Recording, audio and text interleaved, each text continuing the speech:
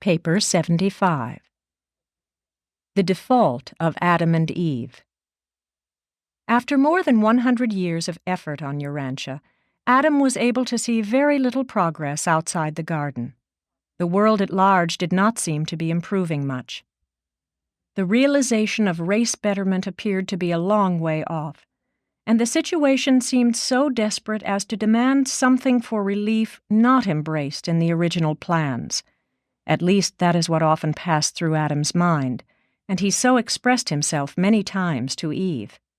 Adam and his mate were loyal, but they were isolated from their kind, and they were sorely distressed by the sorry plight of their world. 1. The Urantia Problem. The Adamic mission on experimental, rebellion-seared, and isolated Urantia was a formidable undertaking, and the material son and daughter early became aware of the difficulty and complexity of their planetary assignment. Nevertheless, they courageously set about the task of solving their manifold problems. But when they addressed themselves to the all-important work of eliminating the defectives and degenerates from among the human strains, they were quite dismayed. They could see no way out of the dilemma, and they could not take counsel with their superiors on either Jerusalem or Urantia. Here they were, isolated and day by day confronted with some new and complicated tangle, some problem that seemed to be unsolvable. Under normal conditions, the first work of a planetary Adam and Eve would be the coordination and blending of the races. But on Urantia, such a project seemed just about hopeless, for the races, while biologically fit, had never been purged of their retarded and defective strains. Adam and Eve found themselves on a sphere wholly unprepared for the proclamation of the brotherhood of man, a world groping about in abject spiritual darkness and cursed with confusion worse confounded by the miscarriage of the mission of the preceding administration. Mind and morals were at a low level, and instead of beginning the task of effecting religious unity, they must begin all anew the work of converting the inhabitants to the most simple forms of religious belief. Instead of finding one language ready for adoption, they were confronted by the worldwide confusion of hundreds upon hundreds of local dialects. No atom of the planetary service was ever set down on a more difficult world. The obstacles seemed insuperable, and the problems beyond creature solution.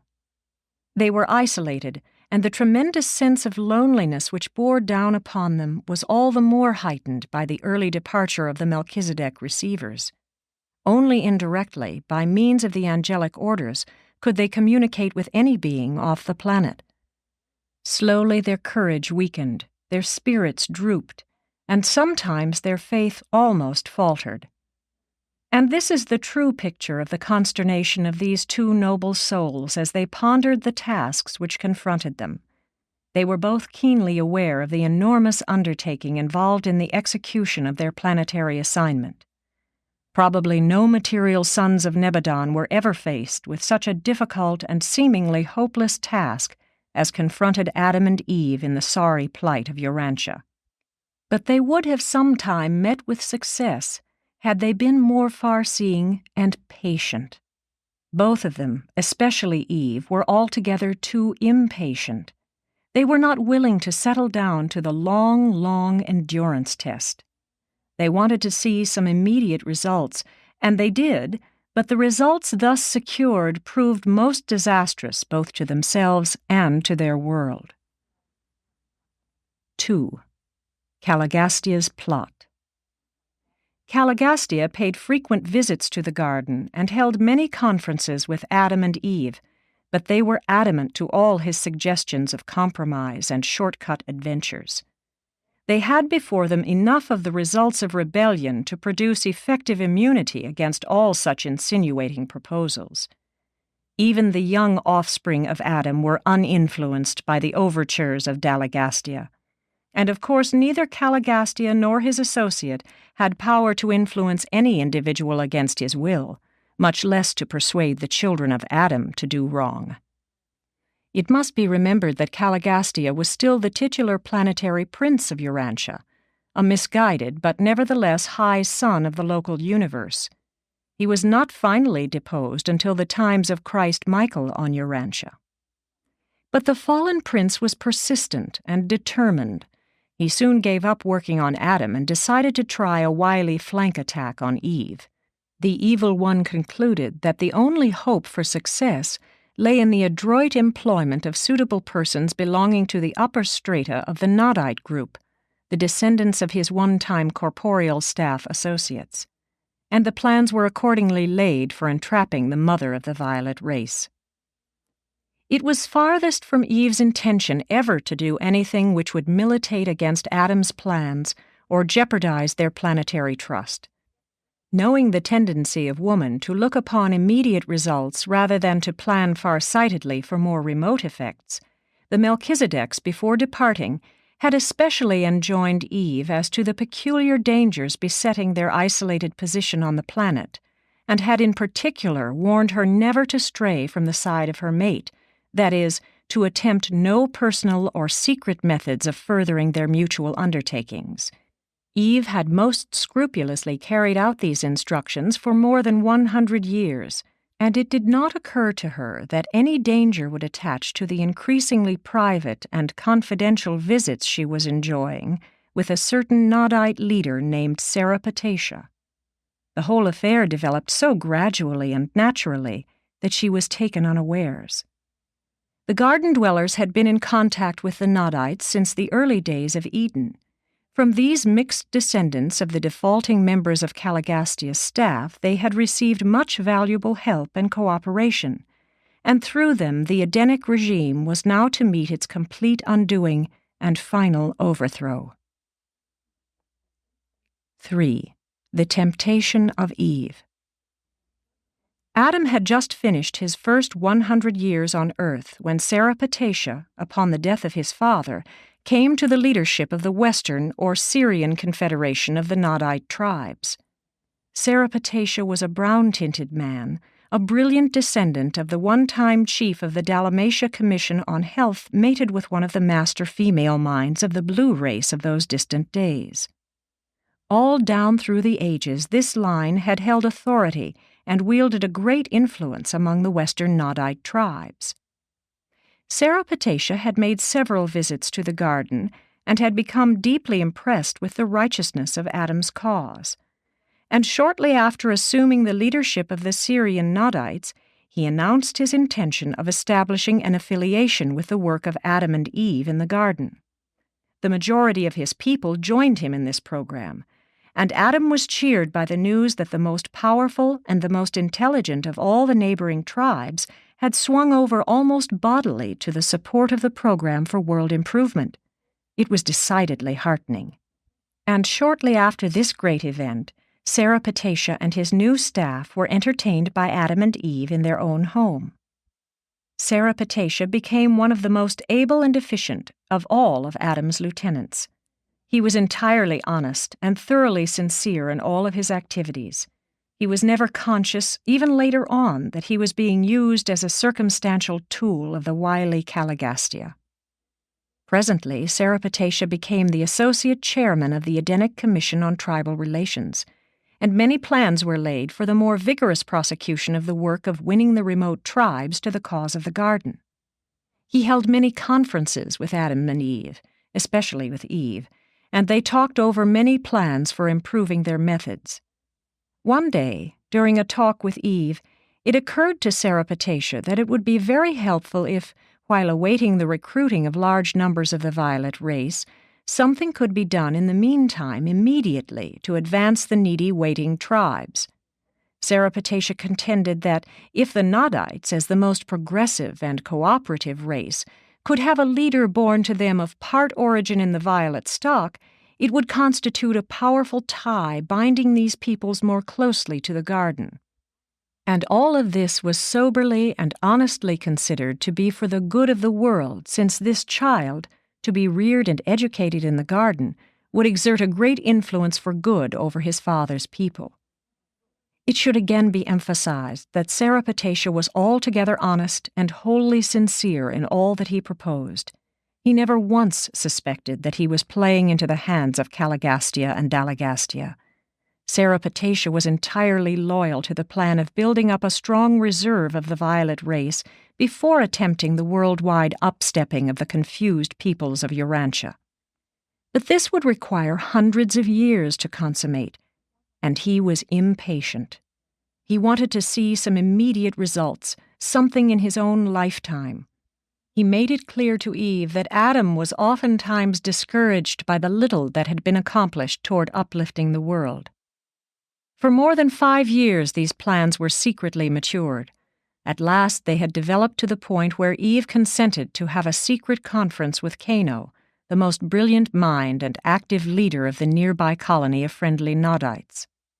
Kano was very sympathetic with the Adamic regime.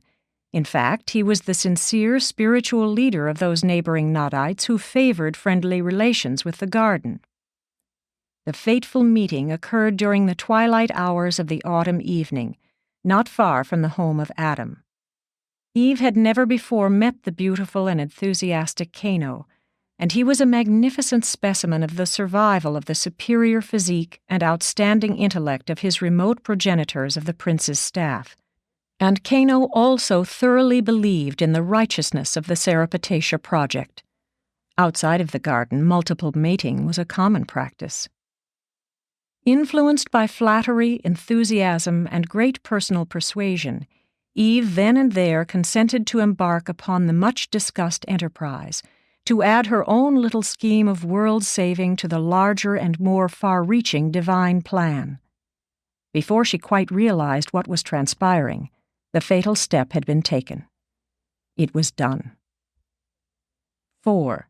The realization of default. The celestial life of the planet was astir. Adam recognized that something was wrong, and he asked Eve to come aside with him in the garden. And now, for the first time, Adam heard the entire story of the long-nourished plan for accelerating world improvement by operating simultaneously in 2 directions: the prosecution of the divine plan concomitantly with the execution of the Sarapatasha enterprise. And as the material son and daughter thus communed in the moonlit garden, the voice in the garden reproved them for disobedience. And that voice was none other than my own announcement to the Edenic pair that they had transgressed the garden covenant, that they had disobeyed the instructions of the Melchizedeks, that they had defaulted in the execution of their oaths of trust to the sovereign of the universe. Eve had consented to participate in the practice of good and evil. Good is the carrying out of the divine plans. Sin is a deliberate transgression of the divine will. Evil is the misadaptation of plans and the maladjustment of techniques resulting in universe disharmony and planetary confusion.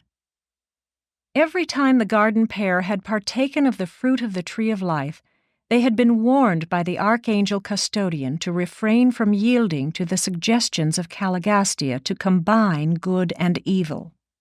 They had been thus admonished: "In the day that you commingle good and evil, you shall surely become as the mortals of the realm. You shall surely die." Eve had told Kano of this oft-repeated warning on the fateful occasion of their secret meeting, but Kano, not knowing the import or significance of such admonitions, had assured her that men and women with good motives and true intentions could do no evil, that she should surely not die, but rather live anew in the person of their offspring, who would grow up to bless and stabilize the world. Even though this project of modifying the divine plan had been conceived and executed with entire sincerity and with only the highest motives concerning the welfare of the world, it constituted evil because it represented the wrong way to achieve righteous ends, because it departed from the right way, the divine plan.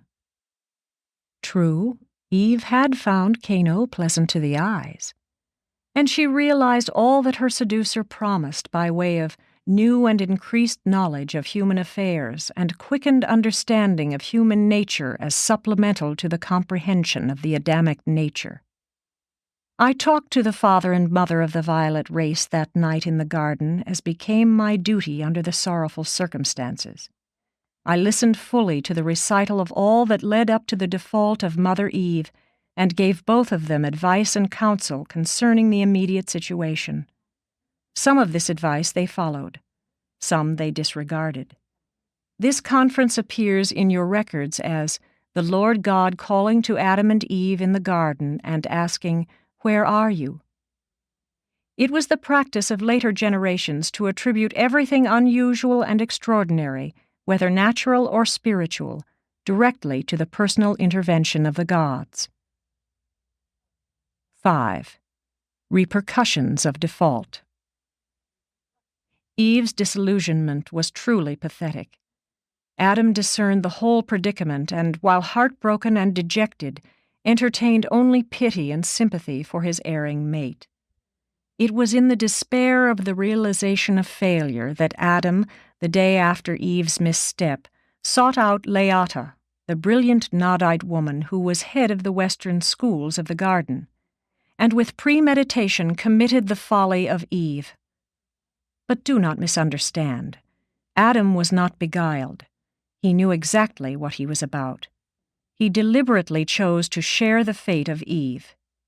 He loved his mate with a supermortal affection, and the thought of the possibility of a lonely vigil on Urantia without her was more than he could endure. When they learned what had happened to Eve, the infuriated inhabitants of the garden became unmanageable. They declared war on the nearby Nodite settlement. They swept out through the gates of Eden and down upon these unprepared people, utterly destroying them. Not a man, woman, or child was spared. And Cano, the father of Cain yet unborn, also perished. Upon the realization of what had happened, Sarapatasha was overcome with consternation and beside himself with fear and remorse. The next day he drowned himself in the great river. The children of Adam sought to comfort their distracted mother while their father wandered in solitude for 30 days. At the end of that time, judgment asserted itself, and Adam returned to his home and began to plan for their future course of action. The consequences of the follies of misguided parents are so often shared by their innocent children. The upright and noble sons and daughters of Adam and Eve were overwhelmed by the inexplicable sorrow of the unbelievable tragedy which had been so suddenly and so ruthlessly thrust upon them. Not in 50 years did the older of these children recover from the sorrow and sadness of those tragic days, especially the terror of that period of 30 days during which their father was absent from home, while their distracted mother was in complete ignorance of his whereabouts or fate. And those same 30 days were as long years of sorrow and suffering to Eve. Never did this noble soul fully recover from the effects of that excruciating period of mental suffering and spiritual sorrow.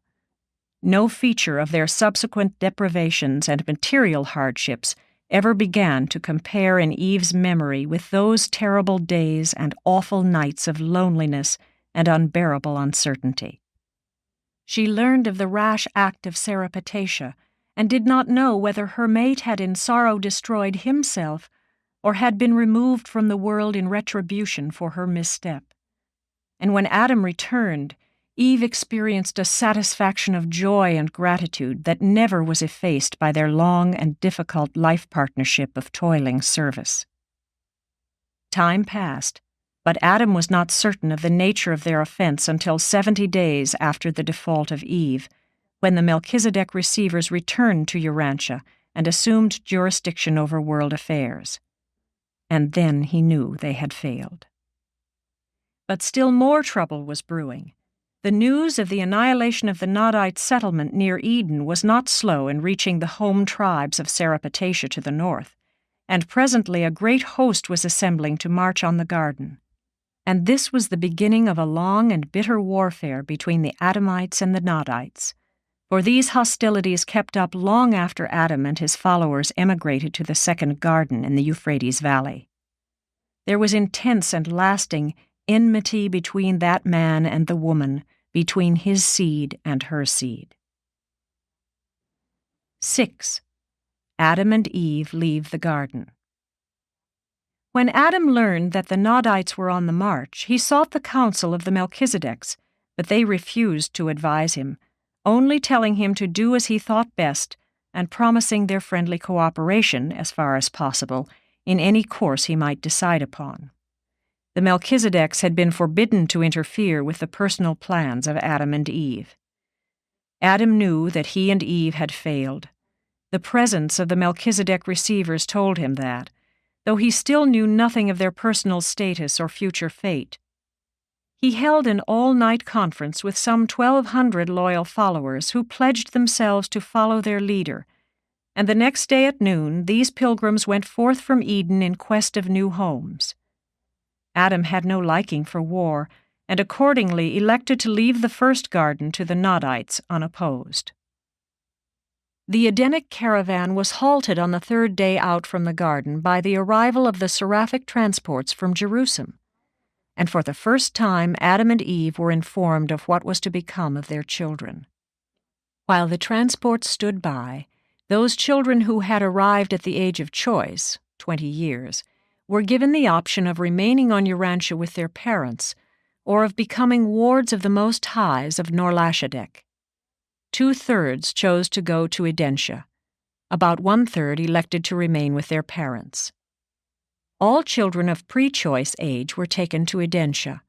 No one could have beheld the sorrowful parting of this material son and daughter and their children without realizing that the way of the transgressor is hard. These offspring of Adam and Eve are now on Urantia. We do not know what disposition is to be made of them. It was a sad, sad caravan that prepared to journey on. Could anything have been more tragic? To have come to a world in such high hopes, to have been so auspiciously received, and then to go forth in disgrace from Eden, only to lose more than 3/4 of their children even before finding a new abiding place. 7. Degradation of Adam and Eve. It was while the Edenic caravan was halted that Adam and Eve were informed of the nature of their transgressions and advised concerning their fate. Gabriel appeared to pronounce judgment, and this was the verdict. The planetary Adam and Eve of Urantia are adjudged in default. They have violated the covenant of their trusteeship as the rulers of this inhabited world. While downcast by the sense of guilt, Adam and Eve were greatly cheered by the announcement that their judges on Salvington had absolved them from all charges of standing in contempt of the universe government. They had not been held guilty of rebellion. The Edenic pair were informed that they had degraded themselves to the status of the mortals of the realm, that they must henceforth conduct themselves as man and woman of Urantia, looking to the future of the world races for their future. Long before Adam and Eve left Jerusalem, their instructors had fully explained to them the consequences of any vital departure from the divine plans. I had personally and repeatedly warned them, both before and after they arrived on Urantia, that reduction to the status of mortal flesh would be the certain result, the sure penalty, which would unfailingly attend default in the execution of their planetary mission. But a comprehension of the immortality status of the material order of sonship is essential to a clear understanding of the consequences attendant upon the default of Adam and Eve. 1. Adam and Eve, like their fellows on Jerusalem, maintained immortal status through intellectual association with the mind-gravity circuit of the spirit. When this vital sustenance is broken by mental disjunction, then, regardless of the spiritual level of creature existence, immortality status is lost. Mortal status followed by physical dissolution was the inevitable consequence of the intellectual default of Adam and Eve. 2. The material son and daughter of Urantia, being also personalized in the similitude of the mortal flesh of this world, were further dependent on the maintenance of a dual circulatory system, the one derived from their physical natures, the other from the super-energy stored in the fruit of the tree of life. Always had the archangel custodian admonished Adam and Eve that default of trust would culminate in degradation of status, and access to this source of energy was denied them subsequent to their default. Caligastia did succeed in trapping Adam and Eve, but he did not accomplish his purpose of leading them into open rebellion against the universe government. What they had done was indeed evil, but they were never guilty of contempt for truth. Neither did they knowingly enlist in rebellion against the righteous rule of the universal Father and his Creator's Son. 8. The so-called fall of man. Adam and Eve did fall from their high estate of material sonship down to the lowly status of mortal man. But that was not the fall of man. The human race has been uplifted despite the immediate consequences of the Adamic default. Although the divine plan of giving the violet race to the Urantia peoples miscarried, the mortal races have profited enormously from the limited contribution which Adam and his descendants made to the Urantia races. There has been no fall of man. The history of the human race is one of progressive evolution, and the Adamic bestowal left the world peoples greatly improved over their previous biologic condition. The more superior stocks of Urantia now contain inheritance factors derived from as many as 4 separate sources: Andinite, Sangic, Nodite, and Adamic. Adam should not be regarded as the cause of a curse on the human race. While he did fail in carrying forward the divine plan, while he did transgress his covenant with deity, while he and his mate were most certainly degraded in creature status, notwithstanding all this, their contribution to the human race did much to advance civilization on Urantia.